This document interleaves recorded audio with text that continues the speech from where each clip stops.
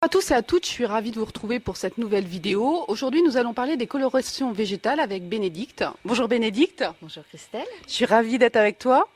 Aujourd'hui, on va parler des colorations. Alors, en tant que naturopathe, moi je m'occupe surtout de la santé des gens, surtout à travers leurs habitudes de vie, l'alimentation. Et puis j'avais envie de faire découvrir aussi que dans nos gestes quotidiens, il y a peut-être aussi des choses à modifier dans le quotidien des gens. Et entre autres, je voulais qu'on parle des colorations végétales parce que voilà, on en entend de plus en plus parler, mais des fois on ne sait pas de quoi il en est. Et puis peut-être l'intérêt pour le cheveu et puis l'intérêt aussi pour la santé. Donc qu'est-ce que tu peux nous dire sur les colorations végétales? De quoi on parle quand on parle de coloration végétale? Alors on parle de colorations qui sont 100% avec des plantes. Donc il y a différentes plantes. Nous on a fait des choix chez Couleur Gaïa pour utiliser certaines plantes. Donc c'est des plantes qui vont colorer le cheveu blanc ou le cheveu naturel. Donc s'il y a un cheveu blanc, on va le colorer en différentes couleurs. S'il y a un cheveu naturel, on va ramener de la luminosité.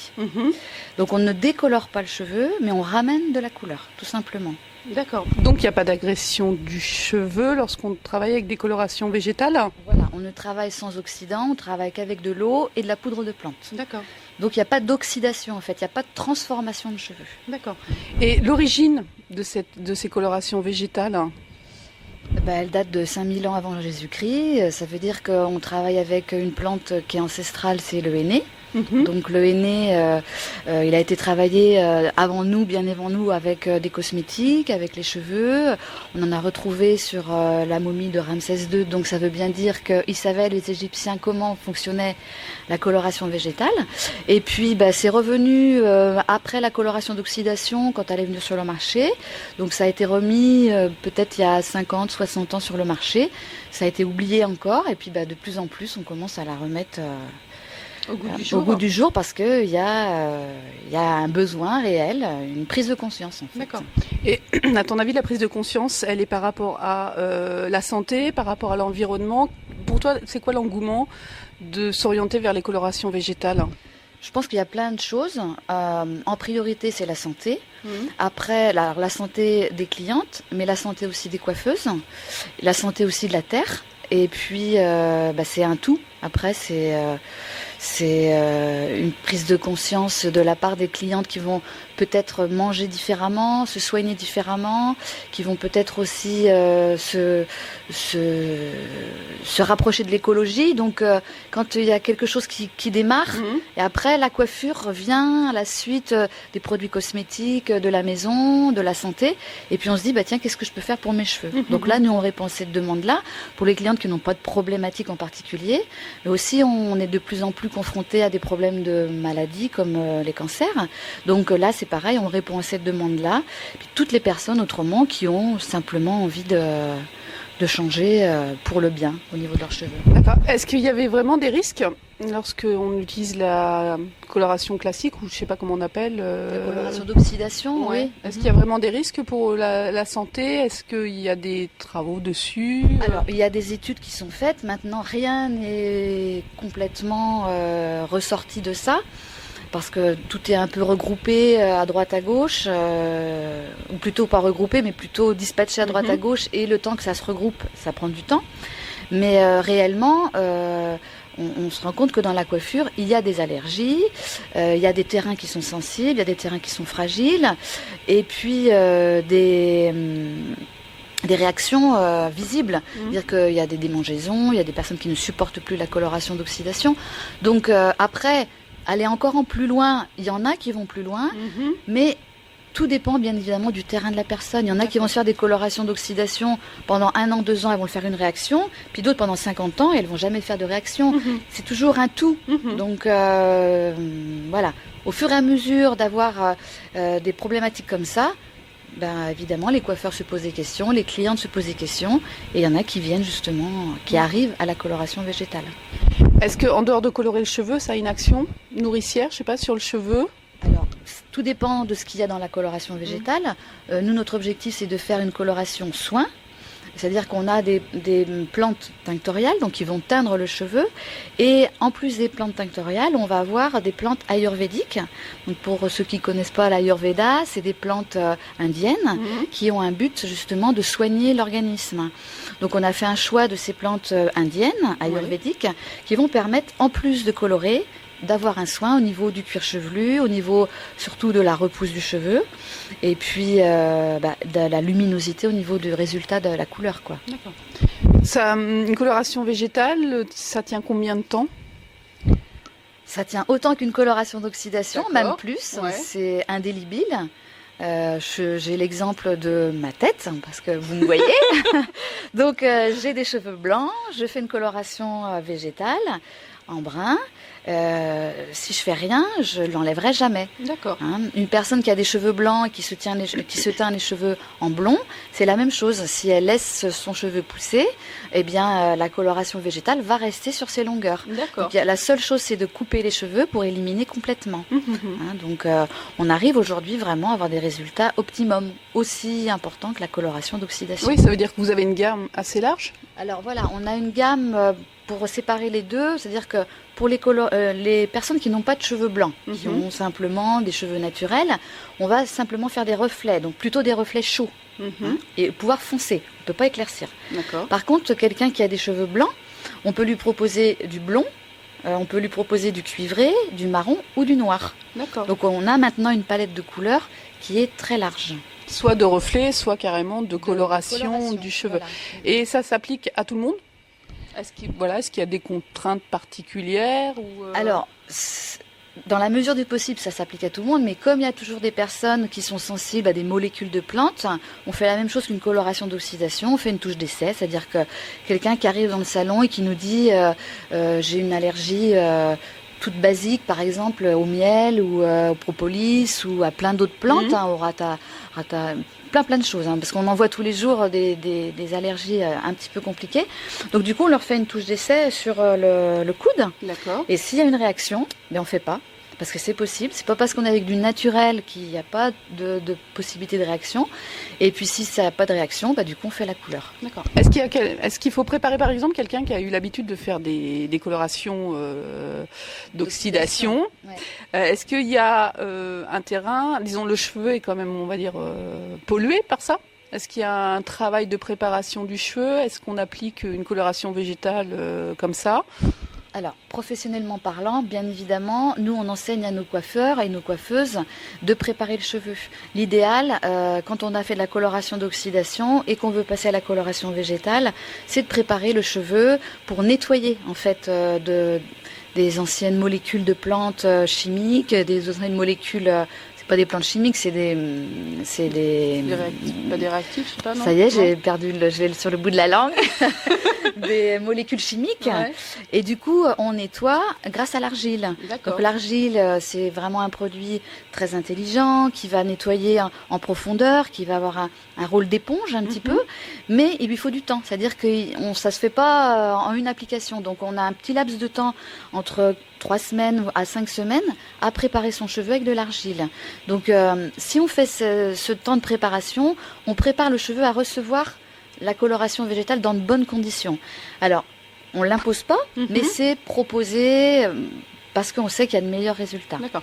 Ce qui pourrait se passer, c'est que la coloration vire ou que ça ne prenne pas, non? S'il n'y avait pas cette préparation? Il peut y avoir des faux reflets, Ouais. parce que c'est vrai qu'il y en a parfois qui passent à côté. Du coup, les professionnels nous rappellent en disant j'ai des reflets qui ne sont pas stables. Et ça vient aussi de cette non-préparation, parce que c'est vrai que quand on fait une coloration d'oxydation, on va altérer le cheveu dans son pH. Donc c'est vraiment chimique. C'est-à-dire qu'on va lui donner, pour que ça soit simple dans mes explications, on va l'altérer. Ouais. Et justement, cette altération va faire un pH très alcalin. Et en fait, l'objectif de l'argile, c'est d'avoir un pH qui redevient acide, donc doux. Et si on ne fait pas ça, justement, il peut y avoir ces interactions après.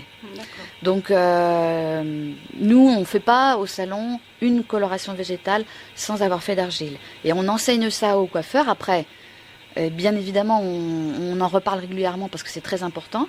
Mais c'est sous l'un ou tout l'autre. Soit on le fait à cette période entre les deux, ça veut dire que on passe de la chimie au végétal, on fait l'argile, on arrête, on le refait plus jamais, ou alors il y a des clientes qui le renouvellent régulièrement parce que voilà, l'action de l'argile, elle est elle est palpable au niveau du cheveu, de la chute, plein de choses comme ça. Donc c'est vrai que il y en a qui arrêtent, qui font juste cette petite période, puis d'autres qui vont continuer tout le long de l'année parce que elles ont pris conscience justement de l'intérêt de l'argile. Alors comment on s'y retrouve? Parce qu'actuellement on parle beaucoup de coloration végétale, produits naturels. J'ai envie de te dire, comment on s'y retrouve dans tout ça? Savoir que c'est vraiment une vraie bonne coloration végétale. Est-ce qu'il y a des entre-deux? Comment les gens peuvent s'y retrouver? Comment ils savent qu'ils ont affaire à un produit qui est vraiment... est-ce qu'on peut dire 100% naturel en coloration végétale? Oui, bien sûr, on peut dire 100% naturel. Après, il n'y a pas du pseudo 100% naturel. C'est soit du pseudo où il y a encore des colorants, des colorants d'oxydation dedans, ou alors c'est du 100% naturel. D'accord. La seule chose pour savoir si c'est vraiment du 100% végétal ou naturel, il y a juste le code INCI à regarder sur la boîte, où il y a les ingrédients de noter. Et c'est simple, hein. Après on a juste à regarder sur des bouquins qui sont faits pour ça, ou alors sur Internet. Et du coup on voit si c'est que des plantes et s'il y a des produits chimiques. Donc il y a des petits malins qui arrivent à mettre des petites choses dedans, mais de toute façon, ça doit être noté. Donc, à un moment ou à un autre, on est obligé de le retrouver. Okay. Donc, c'est en faisant cette petite recherche-là qu'on peut savoir si c'est du 100% végétal. Après, bien évidemment, il y a la communication par rapport à ça, comment c'est vendu. Oui, voilà. Donc toi, c'est d'origine indienne, la couleur Gaïa. Tout est d'origine. Voilà, l'origine, c'est les produits viennent de l'Inde. Voilà. Aujourd'hui, on a toute notre gamme qui vient de l'Inde. Donc, on a été sur le terrain, on a choisi justement une gamme. On avait fait des tests et puis ça nous a très bien convenu parce qu'on avait une très très bonne qualité du produit. Donc, la poudre est beaucoup plus fine, elle se rince beaucoup mieux, on en met moins. Et on avait une palette aussi importante de couleurs que ce qu'on avait dans la gamme première génération. Donc, du coup, maintenant, on n'a que cette gamme ayurvédique qui on espère va évoluer toujours de plus en plus. Alors ayurvédique parce que vous avez fait le choix de mettre aussi des plantes de soins. Voilà, des plantes de soins qui viennent de l'Inde. Donc qu'est-ce que je peux dire de plus sur cette gamme? C'est que on arrive maintenant à faire du blond, du cuivré, du marron et du foncé avec des temps beaucoup plus courts et réduits qu'il y a 10 ans. Oui, ça j'aimerais bien qu'on revienne dessus, parce que moi je t'ai connue à cette époque-là. Bon, moi je suis blonde, donc on faisait pas grand-chose non plus. Mais maintenant les temps de pause sont deux. Alors, pour les personnes qui n'ont pas de cheveux blancs, on ne peut pas décolorer, donc malheureusement je ne peux pas répondre à ta demande, je ne peux pas éclaircir ton cheveu. Donc si par exemple sur les personnes qui n'ont pas de cheveux blancs, on peut faire des reflets, ça va jusqu'à 3/4 d'heure de pause. Quand on a un cheveu blanc et qu'on veut devenir blonde, c'est 1/4 d'heure de pause. Quand on a des cheveux blancs et qu'on veut avoir des reflets cuivrés, c'est 3/4 d'heure de pause. Pour faire du marron, voire du foncé, maintenant c'est 1h30 de pause. Mais il y a 10 ans... Oui, voilà, c'est ça. Rappel, on en discutait tout à l'heure. Hein.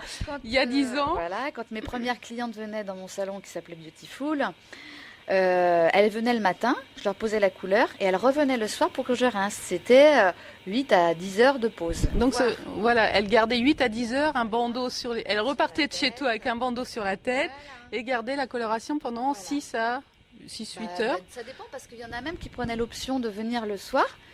Je leur laissais le turban et puis elles dormaient avec et elles revenaient le lendemain matin pour que je rince. D'accord. Donc comme il n'y a pas à part le blond où il faut rincer très vite, il n'y a pas de temps de pause qui sont dangereux pour la santé ni pour le cheveu. Au contraire, ça fait toujours du soin, plus on le laisse et plus le cheveu se remplit justement de ces plantes-là. Donc on peut le laisser sur des cuivrés ou des foncés 5, 6, 7, 8, 9, 10, 12 heures. C'est pas comme en chimie où à un moment il faut le rincer. Oui, ça va être dangereux. Donc les clientes, elles étaient motivées, elles étaient... De toute façon, c'était comme ça, j'avais pas le choix, j'avais pas d'autre solution. Et toutes ces clientes-là qui viennent maintenant encore au salon et qui font leur couleur, évidemment, de 8h à 10h, elles sont passées à 1h30 de pause, avec en plus des résultats plus performant parce qu'on a changé la gamme, on a changé la poudre. Maintenant, on met sous des casques à vapeur. Oui, c'est ce que j'allais dire. Voilà. Qu'est-ce qui fait que d'un seul coup, on passe de 6 à 8 heures? C'est ça, c'est du coup... La qualité d'abord, la finesse du produit, la provenance aussi, parce que plus on avance dans le temps et plus on est pointu et on va chercher des fournisseurs qui ont des plantes de très très bonne qualité, très fines, qui sont presque comme de la farine, très très fines. Et en plus, on utilise le casque à vapeur pour justement diminuer le temps de pose, pour que les pigments pénètrent beaucoup plus rapidement dans le cheveu et qu'on puisse rincer plus vite.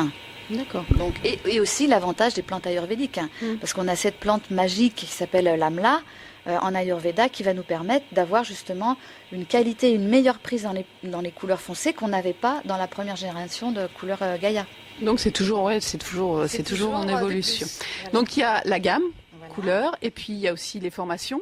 Alors, il y a la gamme couleur. Juste pour étaler, pour finir, il y a la gamme couleur. Il y a la gamme cosmétique capillaire aussi. D'accord. Donc, avec des huiles, des shampoings, des produits de finition, des huiles essentielles. Donc, ça, c'est pour compléter la coloration, la coloration végétale. Et puis, en plus, on fait le mobilier écologique. D'accord. Pour tenter de proposer à nos coiffeurs quelque chose de très global.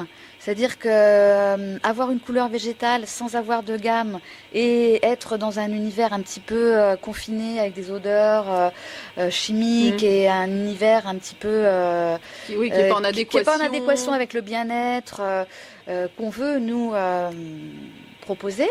Donc pour tenter d'être au maximum dans cet état d'esprit-là, on a vraiment développé depuis qu'on est à Cholet le mobilier, la gamme et la couleur. Donc il y a un vrai engagement et une vraie, une vraie logique dans ce que tu as mis en place depuis 10 ans, quoi. Ça continue, voilà.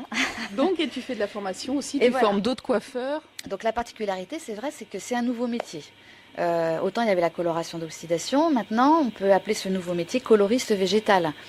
Donc coloriste végétal, c'est comprendre comment fonctionne le végétal, comprendre les plantes, quels effets elles vont avoir, quelles couleurs elles prennent, quelles couleurs elles peuvent prendre à un certain moment quand elles ont oxydé avec l'air, et puis tout simplement pratiquer, sentir, et puis comprendre. On a des tableaux techniques qui permettent de donner un maximum d'outils aux coiffeuses qui viennent pour justement comprendre ce que c'est que le métier et qu'elles repartent avec un maximum d'outils pour pratiquer et puis être rapidement opérationnelles dans leur salon.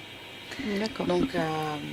Donc du coup, on doit trouver maintenant en France, pour les gens qui regardent, puisque c'est vu sur la France, on retrouve maintenant facilement. Est-ce qu'on peut dire facilement? Tout dépend des zones de la France. D'accord. Parce que toi, tu fais de la formation partout en France, voire en frontière de la France. Voilà, donc là, on est dans le centre de formation à Cholet. Donc, on invite vraiment un maximum de personnes à venir ici parce que bon, voilà, on est. Je filmerai tout à l'heure. Vous allez voir que les conditions de formation, voire d'accueil, sont vraiment top, quoi. C'est vrai que c'est quelque chose qui est très important. On a envie de donner envie d'abord aux personnes de revenir, de se sentir bien, comme à la maison, dans une atmosphère très bien-être, très zen. Je pense que l'environnement, il est très très important pour qu'elles puissent aussi après le transmettre à leurs clientes et qu'elles aient envie de faire aussi ça dans leur salon. Et puis après, comme Cholet est quand même dans l'ouest de la France et que c'est pas toujours simple de venir pour certaines personnes quand elles sont dans le sud-ouest ou carrément dans le sud. Donc on fait des formations sur Paris et parfois je me déplace un petit peu quand il y a 5-6 salons qui se regroupent. Dans ces cas-là, on trouve une solution. Mais l'idée, c'est quand même de rassembler au maximum tout le monde par ici. Parce que c'est vrai qu'on voit, la bulle, le salon, l'ambiance, l'extérieur. Oui, c'est vrai qu'on s'imprègne déjà de ce qui est la coloration. C'est vrai que rien que les lieux permettent vraiment de s'imprégner de ce qu'est la coloration végétale, quoi. Bon, super. Merci pour toutes tes réponses. Je pense que ça va avoir éclairé un petit peu sur maintenant l'intérêt de la coloration végétale. Tout à l'heure, je crois que je ferai un petit tour du salon parce que franchement, c'est super. Merci Béné. De rien, Christelle. Et puis, je vous mettrai les coordonnées à la suite de cette vidéo. Bonne journée.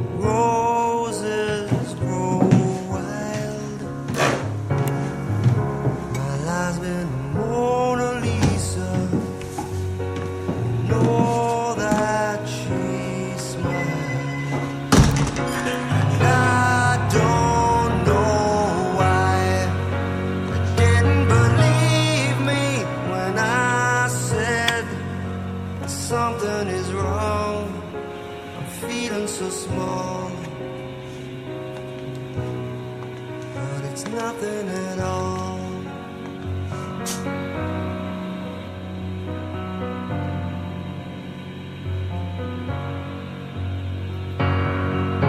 My life has been sunshine and sunshine